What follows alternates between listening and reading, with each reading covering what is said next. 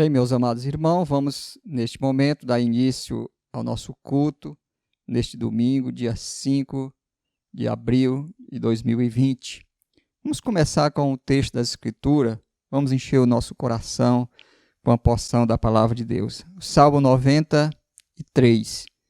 Você, por favor, abra comigo a sua Bíblia para acompanhar a leitura da Palavra de Deus. Diz assim as Escrituras: Reina o Senhor, revestiu-se de majestade, de poder se revestiu o Senhor e se cingiu. Firmou o mundo que não vacila. Desde a antiguidade está firme o teu trono. Tu és desde a eternidade. Levantam os rios, ó Senhor, levantam os rios o seu bramido. Levantam os rios o seu fragor. Mas o Senhor nas alturas é mais poderoso do que o bramido das grandes águas, do que os poderosos vagalhões do mar. Fidelíssimos são os teus testemunhos. À tua casa convém a santidade, Senhor, para todo sempre. Amém. Vamos orar. Nosso Deus, nosso bendito e amado Pai, como diz aqui a tua palavra, o Senhor está no teu santo trono, reinando de maneira única e soberana. Reconhecemos, ó Deus, a tua grandeza, o teu poder, e aqui estamos para prestar um culto ao Senhor, que só a ti é devido. Pedimos a tua bênção, Senhor Deus, para este culto que estamos apresentando ao Senhor. Recebe lá do alto os céus como aroma suave, agradável e aprazível a ti. Pedimos a tua bênção sobre cada irmão deste campo missionário, cada um, Senhor Deus, que tu visites, cada criança, cada jovem, cada adulto, adolescente, enfim, ó Pai, todo o teu povo, que neste momento presta culto ao teu santo nome. Pedimos a tua bênção em nome de Jesus. Amém. Vamos neste momento louvar o nosso Deus com o hino do nosso Inário Novo Cântico, 115. União com Cristo.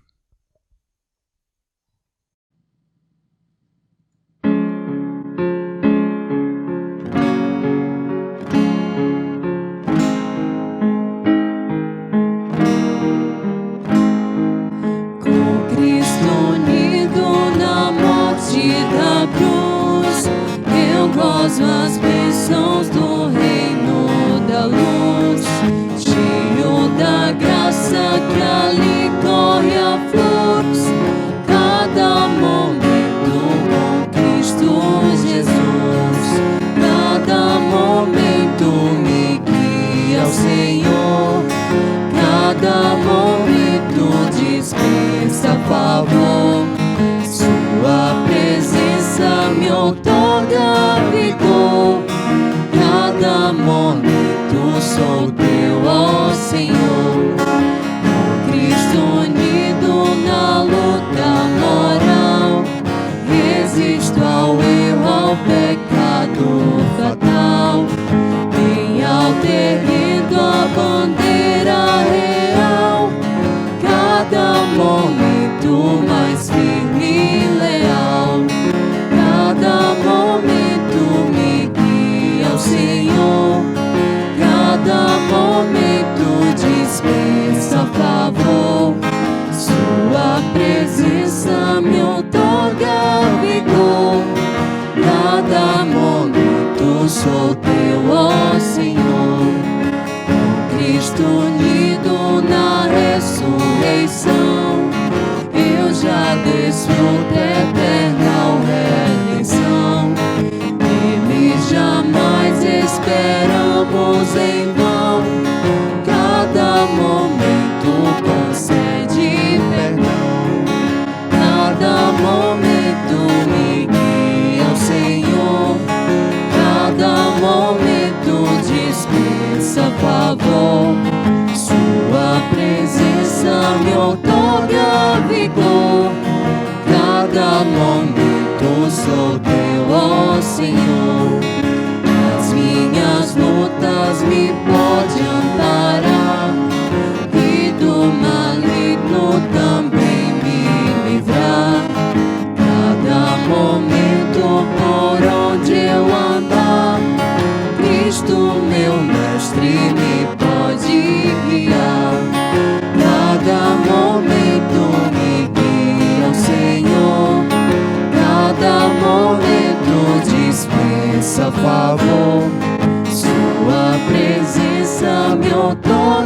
teu vigor, cada momento sou teu, ó Senhor.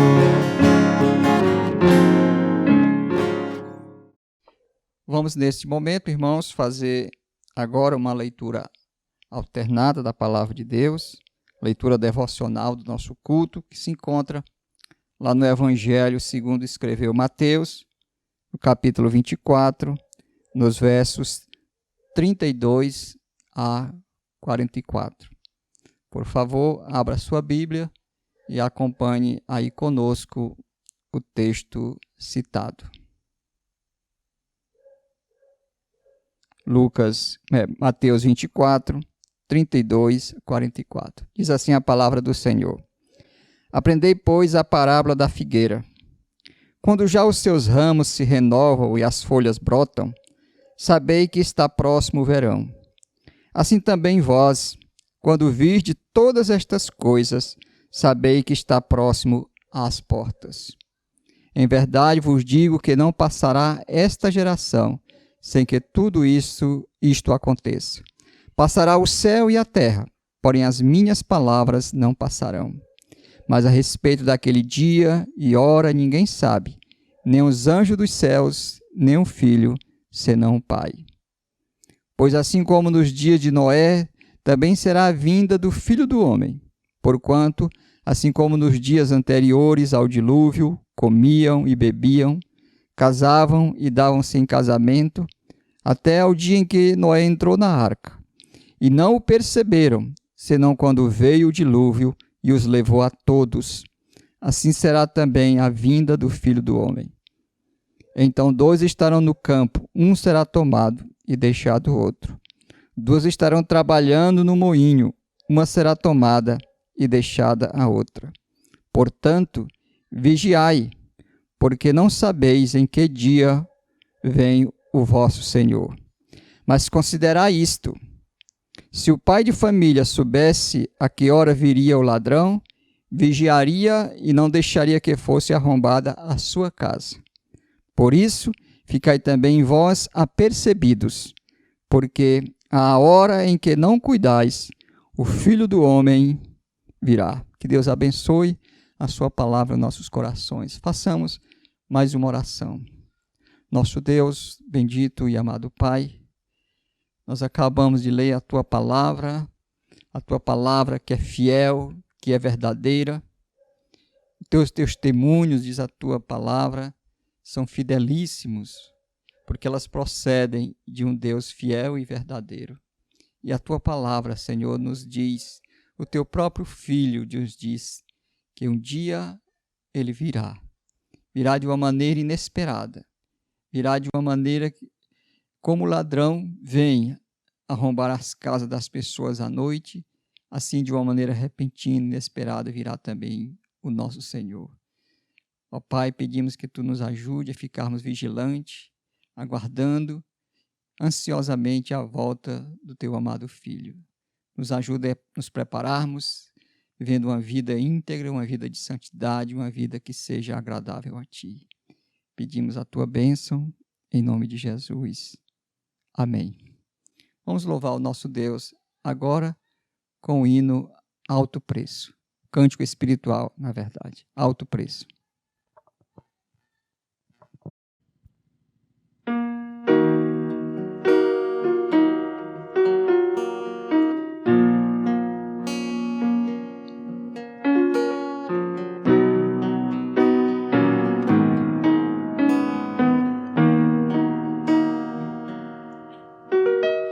Eu sei que foi pago um alto preço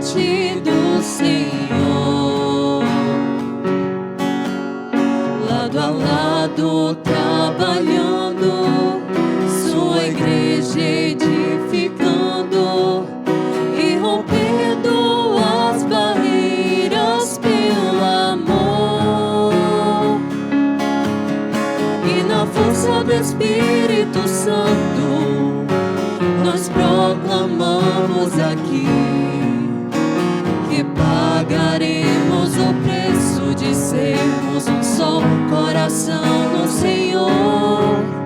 E por mais que as trevas militem e nos tentem separar, com nossos olhos em Cristo Jesus, unidos iremos andar.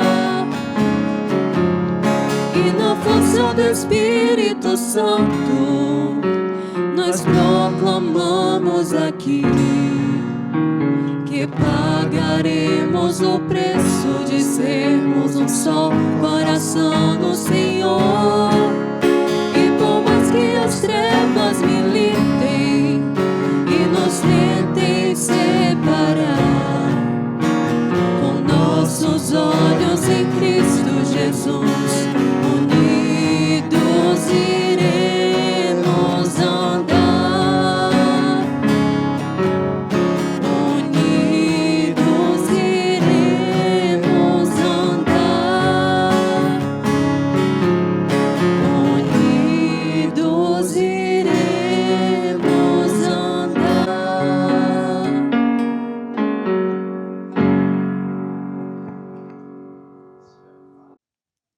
Meus irmãos, nesse momento, vamos abrir novamente as nossas Bíblias, no Salmo 56, nos versos 4 e 5, onde nós estaremos baseando nossa palavra pastoral, uma palavra do coração de Deus para os nossos corações nesta noite. Diz assim a palavra do Senhor: em Deus, cuja palavra eu exalto, neste Deus ponho a minha confiança e nada temerei. Que me pode fazer um mortal? Antes, no verso 3, o salmista Davi diz assim: em me vindo o temor, hei de confiar em ti. Então, meus irmãos, aqui é um salmo de Davi. O título do salmo diz que é quando Davi estava fugindo dos filisteus, Os filisteus o prenderam lá em Gate, e Davi estava passando por um momento muito difícil na sua vida. Mas ele diz: em me vindo o temor, hei de confiar em ti. Confiança, esta é a palavra de ordem para nós, meus irmãos. Todos nós estamos conscientes do momento que estamos vivendo, não somente nós, brasileiros, mas o mundo inteiro. Estamos vivendo esta verdadeira pandemia, que todos somos vítimas e todos nós conhecemos. Mas o que devemos fazer diante de tudo isso? Entrar em pânico, né? Vivemos temerosos, ansiosos, preocupados. Isso certamente todos nós às vezes ficamos, mas nunca devemos perder a nossa confiança no Senhor. Assim como Davi, ele diz: em me vindo o temor, hei de confiar em ti. Em quem? Em Deus, cuja palavra eu exalto. Nesse Deus ponho a minha confiança e nada temerei, diz o salmista Davi. Que a nossa confiança, a nossa fé esteja verdadeiramente no Senhor, que nós possamos atravessar todo este momento difícil, de cabeça erguida, olhando para o alto, olhando para o Senhor, pois de lá vem o nosso socorro. É nele, a semelhança de Davi, que nós colocamos a nossa confiança neste momento tão turbulento em que está vivendo toda a humanidade. Que Deus console, nos conforte e que verdadeiramente a nossa confiança esteja somente no Senhor. Amém. Nesse instante, vamos louvar ao Senhor com um cântico espiritual. Tu és soberano.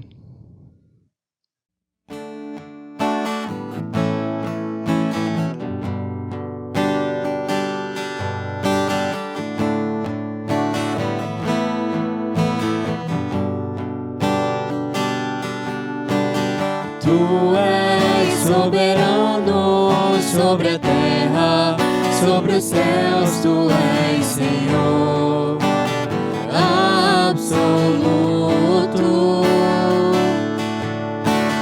Tudo que existe acontece, tu sabes muito bem. Tu és tremendo. Tu és soberano sobre a terra, sobre os céus, tu és Senhor absoluto. Tudo que existe acontece, tu sabes muito bem. Tu és tremendo. E apesar dessa glória que tens, tu te importas comigo também. E esse amor tão grande eleva-me, amarra-me a ti. Tu és tremendo. Tu és soberano sobre a terra, sobre os céus, tu és Senhor absoluto. Tudo que existe acontece, tu sabes muito bem. Tu és tremendo. E apesar dessa glória que tens, tu te importas comigo também. E esse amor tão grande eleva-me, amarra-me a ti. Tu és tremendo.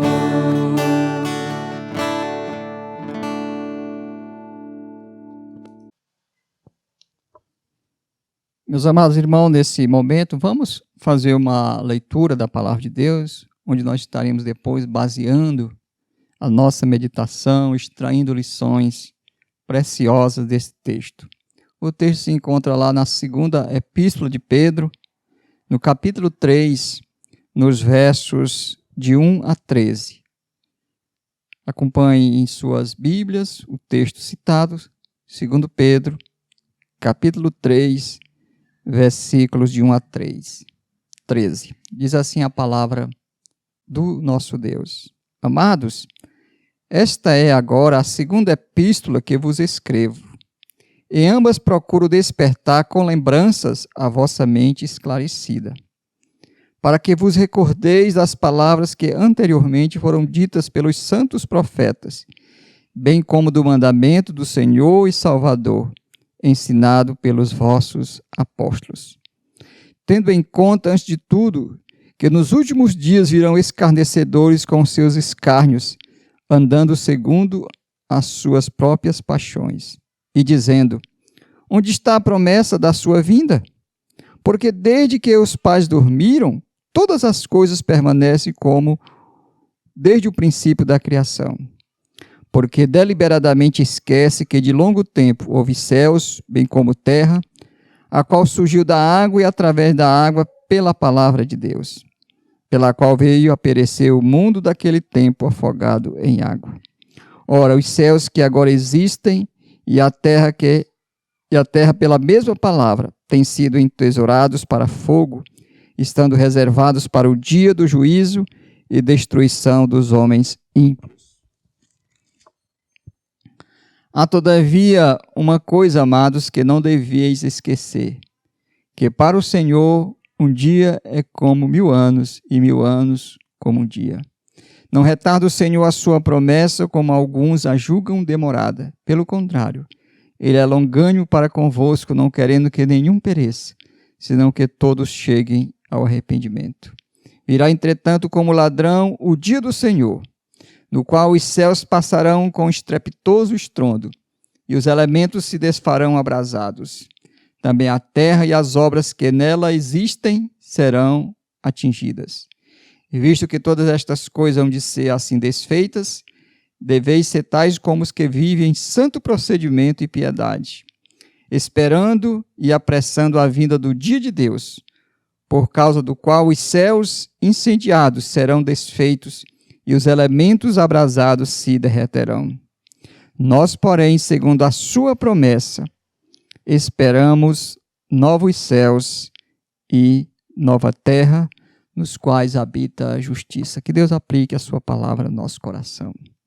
Oremos mais uma vez. Bendito Deus, amado Pai, nós queremos neste momento agradecer pela tua palavra. Pedimos também, Senhor, a iluminação do teu Espírito, para que nós possamos fazer uma interpretação correta do ensinamento da tua Escritura. A tua palavra diz que as Escrituras só podem ser discernidas, entendidas espiritualmente. Por isso, Senhor, rogamos ao teu Espírito Santo que ilumine nossas mentes, nossos entendimentos, para compreendermos a tua palavra. Em nome de Jesus. Amém. Bem, meus amados irmãos, o que realmente trata esse texto? Esse texto é muito simples de interpretar. Claro que ele está falando da volta do Senhor. Mas primeiro, Pedro vai dizer sobre aqueles que estavam negando a volta do Senhor. E Pedro diz que estas pessoas, esses escarnecedores, já tinham sido anteriormente anunciados tanto pelos profetas, como pelo Senhor Jesus Cristo, e depois também pelos apóstolos. Todos eles já tinham avisado que nos últimos dias, diz o verso 3, virão escarnecedores com seus escárnios, andando segundo as suas próprias paixões. O que diziam esses escarnecedores? Verso 4, onde está a promessa da sua vinda? Então eles estavam negando a vinda do Senhor, dizendo que não haveria esta coisa de segunda vinda de Jesus. E aí Pedro diz, olha, eu estou escrevendo para vocês, e essa já é a segunda vez que eu escrevo, ele diz no verso 1, para lembrar vocês que já têm a mente esclarecida, vocês que sabem destas coisas, mas é muito bom relembrá-los que esses escarnecedores são uma realidade no nosso meio e que eles vão se intensificar, aparecer muito mais em número nos últimos dias. Os últimos dias começaram com o derramamento do Espírito Santo lá em Atos capítulo 2. E então nós já estamos com mais de 2000 anos que estamos vivendo os últimos dias. Se Pedro, no primeiro século, escreveu que estávamos nos últimos dias, você imagine, então, agora, depois de 2000 anos que foram proferidas estas palavras. Então, o que é que esses escarnecedores estavam dizendo? Como já falamos, eles estavam negando a vinda de Jesus Cristo. Mas qual era a base? Qual era o argumento? Em que eles se baseavam para fazer tal negação? E nós vemos aqui que eles estavam usando o argumento da estabilidade da criação, estabilidade do universo. Ou seja, eles dizem o seguinte, porque desde que os nossos pais dormiram, no verso 4, todas as coisas permanecem como desde o princípio da criação. Eles estavam dizendo assim, não vai haver volta de Cristo, porque desde que o mundo é mundo, todas as coisas estão do mesmo jeito. Permanece da mesma forma. Todo dia o sol nasce, todo dia o sol se põe, vem a noite, depois vem outro dia, entra semanas, meses, anos, inverno, verão, outono, primavera. Não existe nada diferente. Não vai haver esta coisa de uma invasão celestial de Jesus Cristo chegando nas nuvens para buscar o seu povo, para voltar para o seu povo. Então, esse era o argumento. Ele diz, a Terra, o universo é estável. Tudo funciona conforme as leis da natureza. Tudo é normal, não haverá nada de anormalidade. E aí Pedro vai usar alguns argumentos para contrapor o argumento dos escarnecedores que negavam a vinda do Senhor Jesus Cristo. Se nós olharmos bem aqui, o apóstolo Pedro vai usar 4 argumentos para refutar e para provar que Jesus Cristo de fato vai voltar, que a promessa dele não é uma falácia, não é imaginação, não é uma criação da igreja. A promessa dele de voltar é algo real, concreto, né? Então,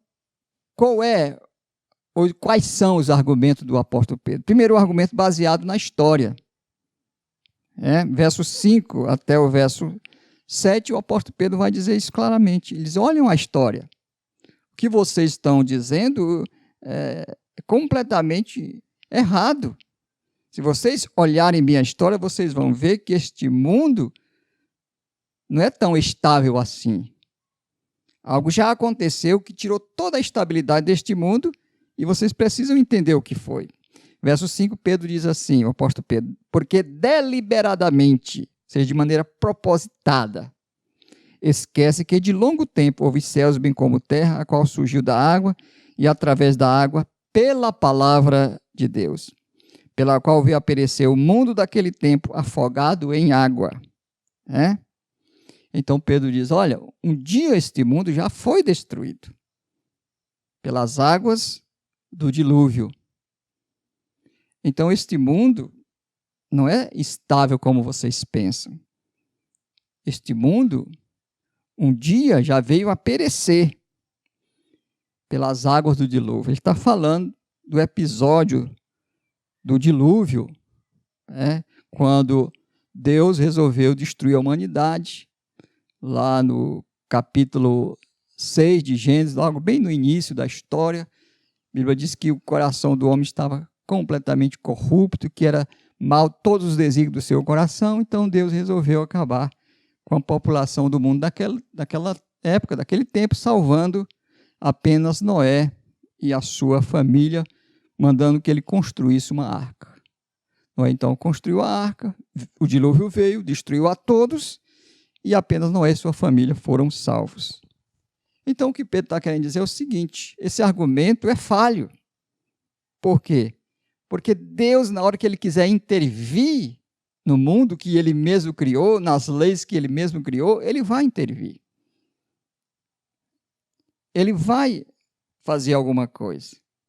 Então, esse argumento da estabilidade da criação, do universo, da terra, é um argumento que não tem sentido, porque a própria história mostra que um dia esse mundo já foi destruído pelas águas do dilúvio. No verso 7, então Pedro conclui o seu argumento, baseado na história, dizendo, ora, os céus que agora existem e a terra, pela mesma palavra, têm sido entesourados para fogo, estando reservados para o dia do juízo e destruição dos homens ímpios. Ele está dizendo o seguinte, a terra um dia foi destruída, a humanidade foi destruída pelas águas do dilúvio, mas esta mesma terra será destruída, está reservada para o fogo, para o dia do juízo, quando Deus vai destruir os homens ímpios. Então esse é o primeiro argumento do apóstolo Pedro para contrapor o argumento dos escarnecedores ao negarem a vinda, a volta do Senhor Jesus Cristo. O outro argumento que Pedro vai usar é o argumento baseado na Escritura. Veja o que diz aqui o verso 8. Há todavia uma coisa, amados, que não deveis esquecer, que para o Senhor um dia é como 1000 anos, e 1000 anos como um dia. Então o que Pedro está querendo dizer é o seguinte, vocês acham que já faz muito tempo que ele prometeu voltar, e olha que naquele tempo fazia menos de 100 anos que Jesus Cristo tinha proferido essas palavras, que ele voltaria. muito menos. Estamos ainda no primeiro século, hoje nós já estamos 2000 anos depois. Então, se já era muito tempo naquela época de Pedro, imagine hoje. Mas aí Pedro vai usar o argumento baseado na Escritura. Ele vai citar o Salmo 90, versículo 4, escrito por Moisés, o único salmo escrito por Moisés, para dizer o seguinte: olha, vocês esquecem que para o Senhor um dia é como 1000 anos, e 1000 anos é como um dia. Pedro está querendo dizer o seguinte: Deus não vive no tempo. Deus, ele é atemporal. Deus foi quem criou o tempo. Por isso ele não vive no tempo. Ele não conta o tempo como nós contamos. 1 dia, 2 dias, 3 dias, 4 dias, 1 mês, 1 ano, 1 século, 1 milênio. Não. Então, hoje nós estamos mais de 2000 anos que Jesus voltou. Mas se um dia é como 1000 anos, e 1000 anos como um dia, então faz apenas 2 dias que Jesus retornou para Deus e fez essa promessa que ele um dia voltará. Para nós é muito tempo. Quantas gerações, quantas civilizações já se levantaram daquela época para cá e foram destruídas, que nem existem mais. 2000 anos de história. Então é fácil a gente esquecer a promessa de Deus. Achar até que Deus simplesmente ignorou tudo aquilo que ele prometeu. Mas Pedro, baseado na Escritura, e a Escritura é verdadeira, porque ela procede de Deus, ele diz: um dia é como 1000 anos. Vocês acham muito tempo que Jesus fez essa promessa e até agora não voltou, e acho que não vai mais voltar. Mas vocês estão completamente equivocados, diz o apóstolo Pedro. O terceiro argumento do apóstolo Pedro, para refutar a negação dos escarnecedores em relação à volta de Cristo, dizendo que Jesus não ia voltar, é exatamente o argumento baseado no caráter de Deus. Versículo 9 diz aqui o apóstolo Pedro: não retarda o Senhor a sua promessa, como alguns a julgam demorada. Pelo contrário, ele é longânimo para convosco, não querendo que nenhum pereça, senão que todos cheguem ao arrependimento. Então Pedro vai dizer: olha, sabe por que o Senhor Jesus Cristo ainda não voltou? Porque Deus é um Deus longânimo. A palavra longânimo é uma palavra composta, que significa longo ânimo, também traduzida muitas vezes em outras partes do Novo Testamento por paciência. Deus é um Deus paciente. Deus é um Deus longânimo. E então, muitas pessoas acham que ele não vai voltar, ou então que está demorando demais, mas o fato é que ele está dando tempo para que a humanidade se volte para ele, se arrependa, se converta dos seus pecados, diz aqui a palavra do Senhor. Deus não quer que nenhum pereça, que ninguém pereça. Até porque ele já mandou o remédio, deu a solução, que foi exatamente o Senhor Jesus Cristo. O versículo mais conhecido da Escritura, lá em João 3,16, diz: porque Deus amou o mundo de tal maneira que deu o seu Filho unigênito para que todo o que nele crê não pereça, mas tenha a vida eterna. Então, se uma pessoa não quer se perder, não quer perecer eternamente, só tem um remédio, só tem um caminho, só tem uma solução. É se arrepender dos seus pecados e crer no Senhor Jesus Cristo. Então Pedro diz: olha, sabe por que não voltou ainda o Senhor? Porque Deus é um Deus paciente. Ele está dando tempo para que a humanidade se volte, se arrependa, se converta. Mas isso não significa que ele não vai enviar o seu Filho de volta, que Jesus Cristo não voltará. Que o fato de nós acharmos demorado, isso não deve cair no nosso esquecimento e achar que simplesmente ele esqueceu de cumprir a sua palavra. Então, esse é o terceiro argumento que o apóstolo Pedro vai usar. quarto argumento que o apóstolo Pedro usa é o argumento da promessa. Promessa de Jesus Cristo de voltar. Versículo 10. Virá, entretanto, como ladrão o dia do Senhor, no qual os céus passarão com estrepitoso estrondo e os elementos se desfarão abrasados. Também a terra e as obras que nela existem serão atingidas. Quem fez a promessa de voltar como ladrão? Conforme nós lemos no capítulo 24 do Evangelho de Mateus, foi o próprio Senhor Jesus Cristo que disse que ele viria como o ladrão, que ele não enviaria um aviso no céu, não mandaria uma mensagem dizendo é amanhã, será depois da manhã, será daqui a 3 dias, em tal hora, em tal momento. Não.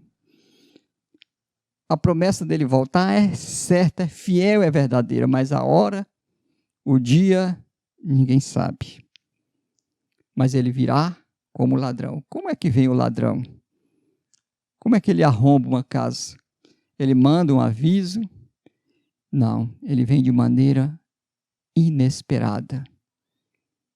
Todos nós sabemos como é que age o ladrão. As pessoas saem de suas casas, acham que as casas estão bem trancadas, seguras.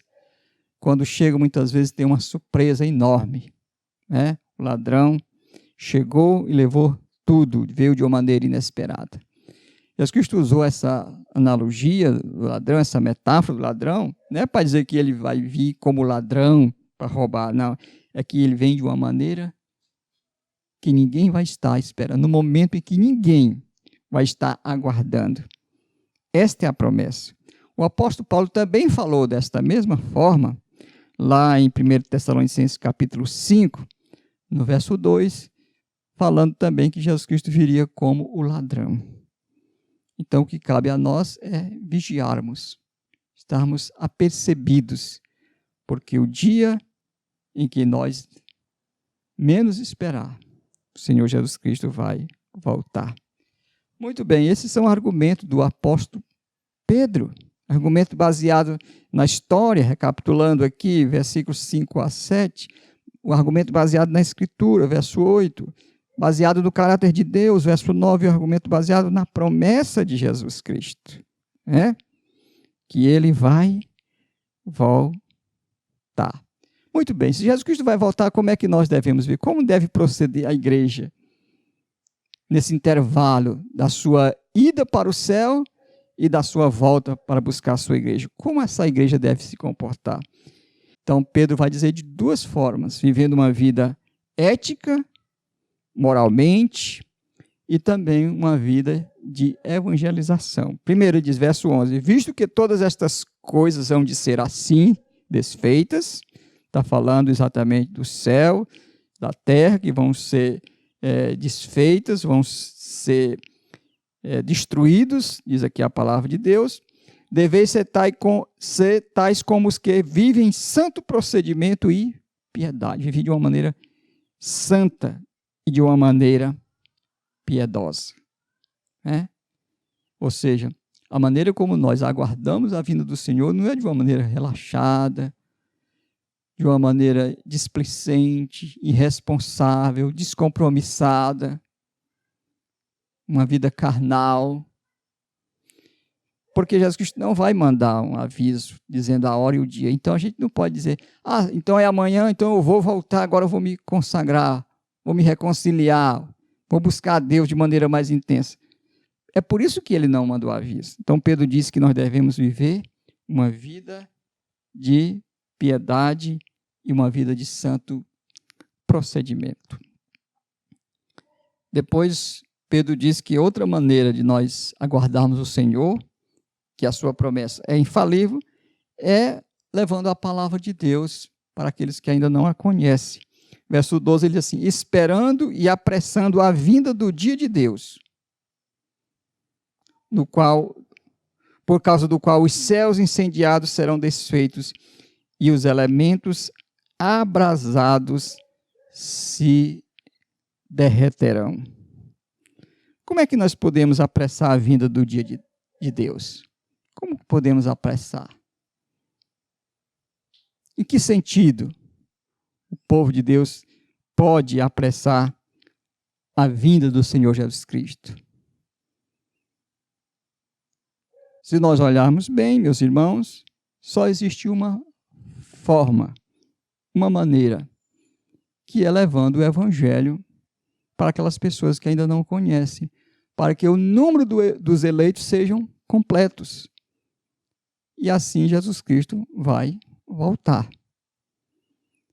Vocês devem estar lembrados que no sermão profético de Mateus capítulo 24, o Senhor Jesus Cristo disse assim: e este evangelho do reino será pregado a todas as nações, para testemunho de todos os povos, e então virá o fim. Ou seja, o fim só virá depois que Jesus Cristo, depois que a igreja estiver evangelizado todo mundo e o último eleito se converter e voltar para o Senhor. Então, estará completo o número dos eleitos. Aquilo que Paulo diz, até que cheguemos à plenitude da estatura de Cristo. Ou seja, não haverá mais nenhuma razão para que Jesus Cristo não volte, porque a sua palavra chegou até o último eleito, e o último eleito se converteu. Então, meus irmãos, como nós temos vivido enquanto aguardamos, enquanto esperamos a volta do nosso Senhor Jesus Cristo?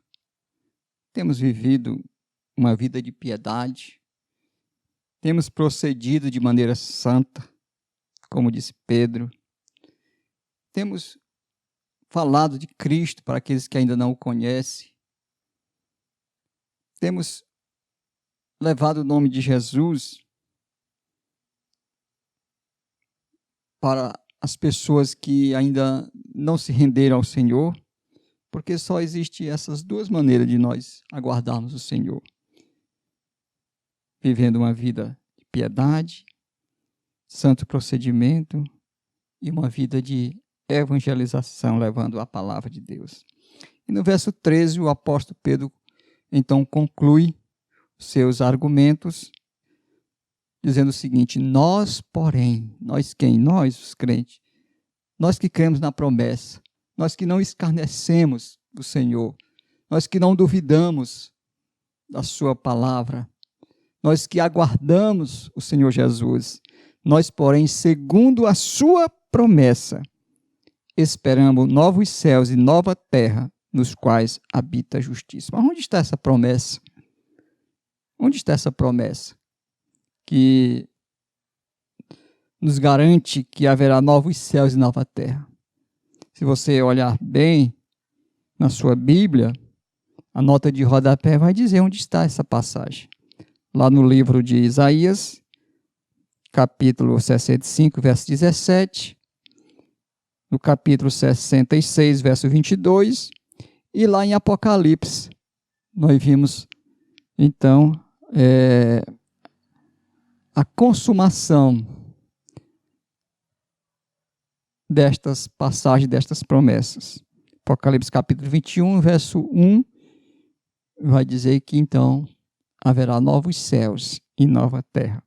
Então Pedro diz que nós não estamos nos enganando, não estamos enganados, porque Deus sempre cumpre as suas promessas. E a promessa dele é que haverá novos céus e nova terra. E ele diz que nesses novos céus e nova terra habitam justiça. Esta é a grande promessa, essa é a nossa grande esperança. Vemos tempos de incerteza, tempos de angústia, tempo de caos, de pandemia mundial, devido a este novo vírus que o mundo está sendo acometido. Mas sabemos que nada disso é por acaso. Isso faz parte dos sinais que Jesus Cristo mesmo falou. Então, nós estamos aguardando essa promessa, que não é uma promessa feita por uma pessoa qualquer. É a promessa feita pelo nosso próprio Deus, pelo nosso próprio Pai. Nós, porém, segundo a sua promessa, esperamos novos céus e nova terra, nos quais habita a justiça. Que Deus em Cristo nos abençoe. Amém. Vamos orar nesse momento. Nosso Deus, nosso bendito e amado Pai. Senhor, quando muitas pessoas não estão esperando, aguardando a volta do Teu Filho, nós, a Tua igreja, o Teu povo, baseados na Tua promessa, na Tua palavra, nós aguardamos ansiosamente este glorioso dia. Senhor, seja o que for que aconteça conosco, nós sabemos que estamos seguros, estamos debaixo da Tua proteção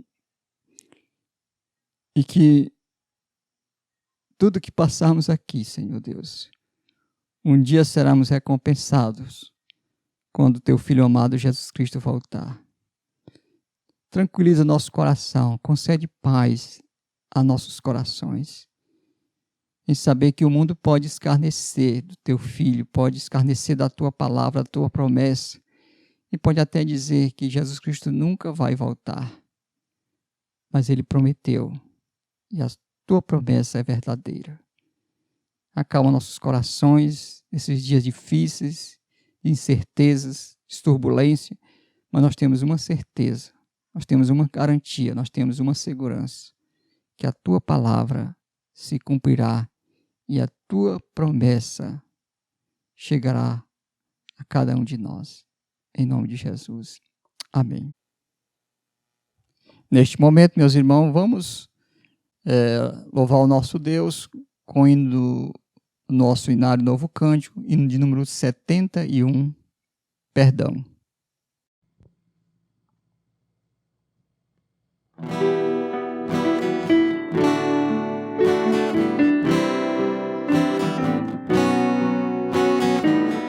Se sofrimento te causei, ó Deus, se ao meu exemplo fraco tropeçou, se eu não andei nos bons caminhos Teus, perdão, Senhor.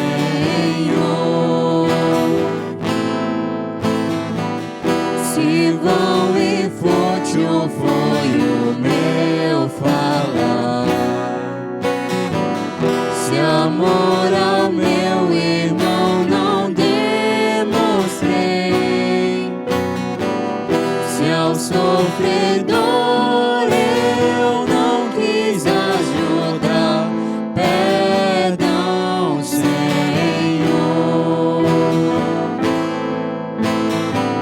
Se negligente foi o meu viver, sem me dispor a pelejar por Ti, se firme em Teu trabalho eu não quis ser, perdão, Senhor.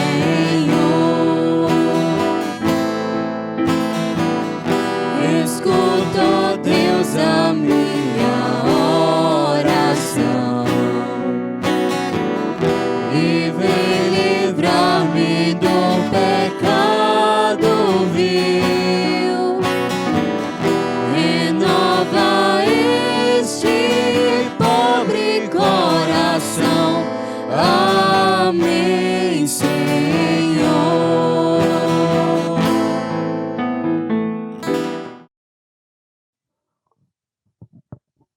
Neste momento, nós vamos então encerrar nosso culto com a bênção apostólica e o amém final. Recebei, meus irmãos, pois então a bênção.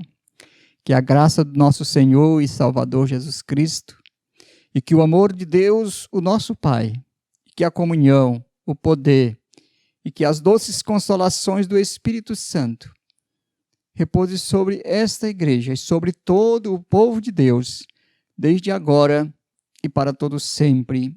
Amém. Meus irmãos, hoje nós cultuamos a Deus de uma maneira diferente, inusitada, porque os tempos, a situação exigiu. Nós não sabemos quanto tempo vai durar esse confinamento. Não sabemos quantos dias ainda teremos. Mas o certo é que, pela graça de Deus, nós temos hoje as mídias sociais que ajudam nós cultuarmos a Deus. Temos aquela sensação de comunhão. Nós estamos separados fisicamente, mas não estamos separados espiritualmente. Estamos impedidos de estarmos juntos, mas nós não estamos separados. Nós temos a mesma fé, o mesmo amor, o mesmo Senhor, o mesmo Salvador. O meu pedido aos irmãos é que continue cultuando ao Senhor nas suas casas, nos seus lares, intensificando o culto doméstico, lendo a palavra de Deus. Que o Senhor possa abençoar a vida de cada um dos irmãos, membros do campo missionário de Horizonte, da Igreja Presbiteriana do Brasil. Que o Senhor os abençoe e vos guarde. Amém.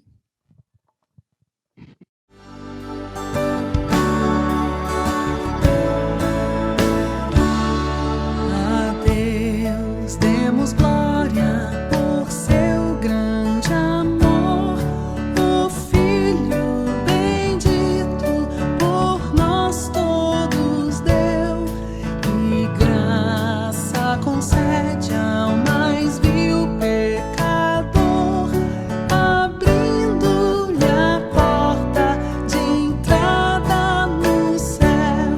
Exultai, exultai, vinde todos louvar a Jesus Salvador, a Jesus Redentor.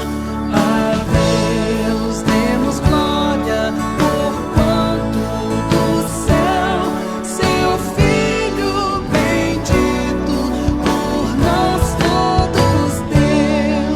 Ó graça real, foi assim que Jesus, morrendo, seu sangue por nós derramou, herança nos céus com os santos em luz, legou-nos aquele que o preço pagou.